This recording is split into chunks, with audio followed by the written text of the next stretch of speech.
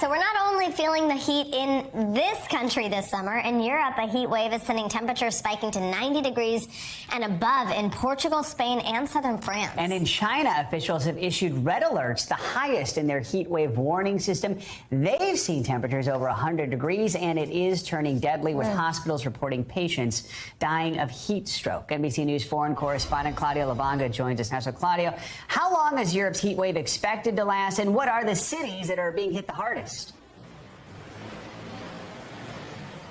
Hey guys, well, Italian meteorologists have got a tradition, a habit of giving heat waves names. The previous one, a couple of weeks ago, was called Karen, like the ferryman of the damned. Guess what this one is called? The Apocalypse. And that should tell you how hot they expect it to be in the next few days. It's hot already here in Rome. It's heating up. It's going to get to 110 degrees, not only in Rome, but all over the country in Italy. There are a few things that we can do in places like Italy. As you can see to my left, there's a little drinking fountain. A lot of people drink from that. There's a fountain behind me. People can't jump in it, but a lot of people do anyway.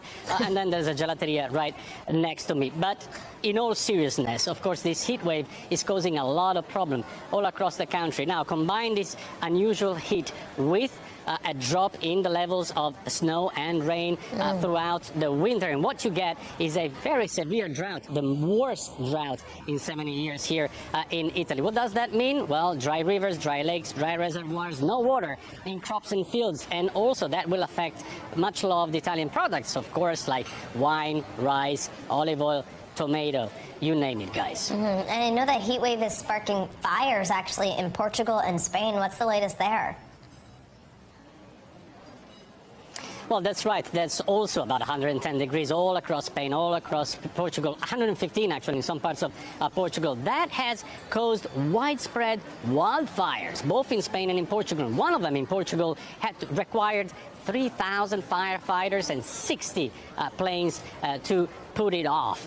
The situation is also pretty bad all across other parts of Europe. France today, for instance, is National France Day, Bastille Day. They celebrate every year the fall of the fall of the monarchy, with a lot of fireworks planned throughout the country. They had to cancel many of those fireworks because they didn't want people to, stand there in crowds under this massive heat. Belgium also affected, Germany, the Netherlands, you name it. This heat wave is affecting the whole of Europe, guys. Yeah, and not just that, we also mentioned China's heat wave turning deadly, with hospitals reporting patients dying of heat stroke. What more can you tell us about what's happening there?